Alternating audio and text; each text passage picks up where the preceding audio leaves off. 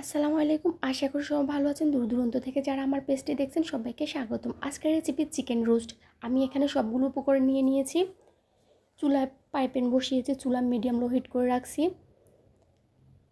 এক এক করে আমি এখানে সবগুলো চিকেন দিয়ে দিব। চিকেনগুলো ভাজি করার আগে আমি এখানে একটা পেঁয়াজ বেরেস্তা করে নিয়েছি। চিকেনগুলোর মধ্যে আমি একটু আদা বাটা, একটু রসুন বাটা, একটু মরিচের গুঁড়ো, একটু মশলার গুঁড়ো, অল্প একটু লবণ দিয়ে ভালো করে মেখে নিয়েছি। এভাবে করে চিকেনগুলো আমি 5 মিনিট ভেজে নিব। 5 মিনিট পর আমি চিকেনগুলো উল্টে দিব।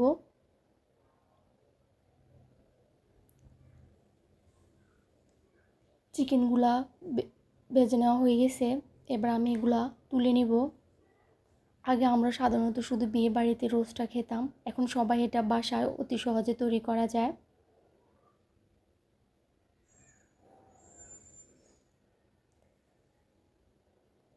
চুলায় পাতিল বসিয়েছি, তার মধ্যে ভেজে নেওয়া চিকেনের তেলগুলো দিয়ে দিলাম। মিডিয়াম সাইজের 2টা পেঁয়াজ বেটে নিয়েছি, আপনারা চাইলে এর থেকে বেশিও দিতে পারেন, এর থেকে কমও দিতে পারেন। 2টো তেজপাতা, 1 টুকরো দারুচিনি, 2টা এলাচ দিয়ে ভালো করে কিছুক্ষণ ভেজে নিব। হাফ চা চামচ আদা বাটা, 1 চা চামচ রসুন বাটা দিয়ে ভালো করে আবারও ভেজে নিব। ভেজে নেওয়া হয়ে গেছে। স্বাদ মতো লবণ দিয়ে দিব। এবার রেডিমেড রাঁধুনি রোস্টের মশলাটা আমি 6 চা চামচ দিয়ে দিলাম। দিয়ে আবারও কিছুক্ষণ মিশিয়ে অল্প একটু পানি দিয়ে ভালো করে কষিয়ে নিব।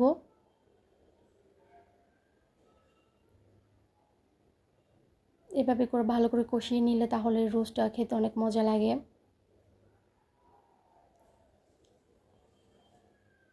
কিছুক্ষণ পর কষানো হয়ে আসছে, উপরে তেল চলে আসছে। এবার আমি অল্প একটু লিকুইড দুধ দিয়ে আবারও কিছুক্ষণ কষিয়ে নিব। আপনারা চাইলে প্রথমে পানি না দিয়ে লিকুইড দুধ দিয়েও কষাতে পারেন।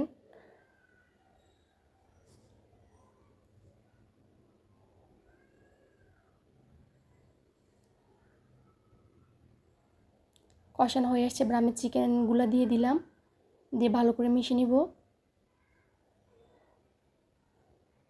4 টেবিল চামচ টক দই, 2 টেবিল চামচ বাদাম বাটা দিয়ে একটা মিশ্রণ তৈরি করে নিয়েছিলাম, ও মিশ্রণটা দিয়ে দিলাম। দিয়ে কিছুক্ষণ কষিয়ে নিলাম।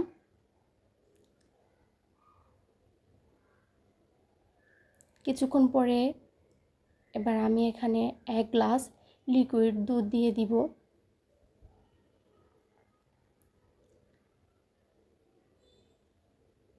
আবার ভালো করে মিশে কিছুক্ষণ পর্যন্ত এগুলা রান্না করে নিব।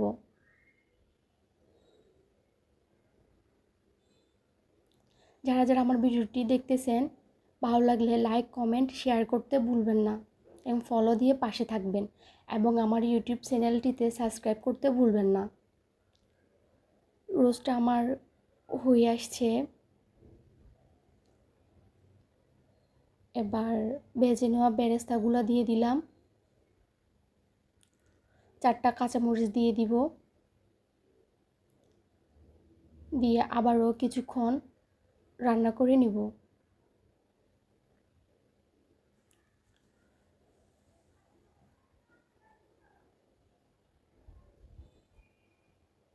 রান্নাটা আমার পুরোপুরি হয়ে আসছে। 1 চা চামচ চিনি দিয়ে দিব।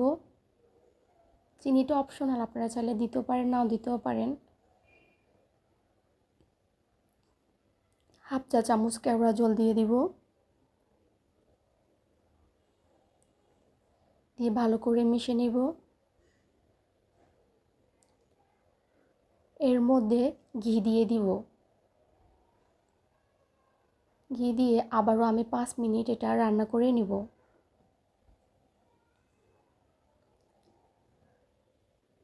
দেখতে পাচ্ছেন মাশাআল্লাহ অনেক সুন্দর একটা কালার আসছে।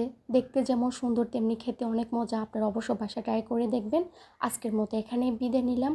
আল্লাহ হাফেজ।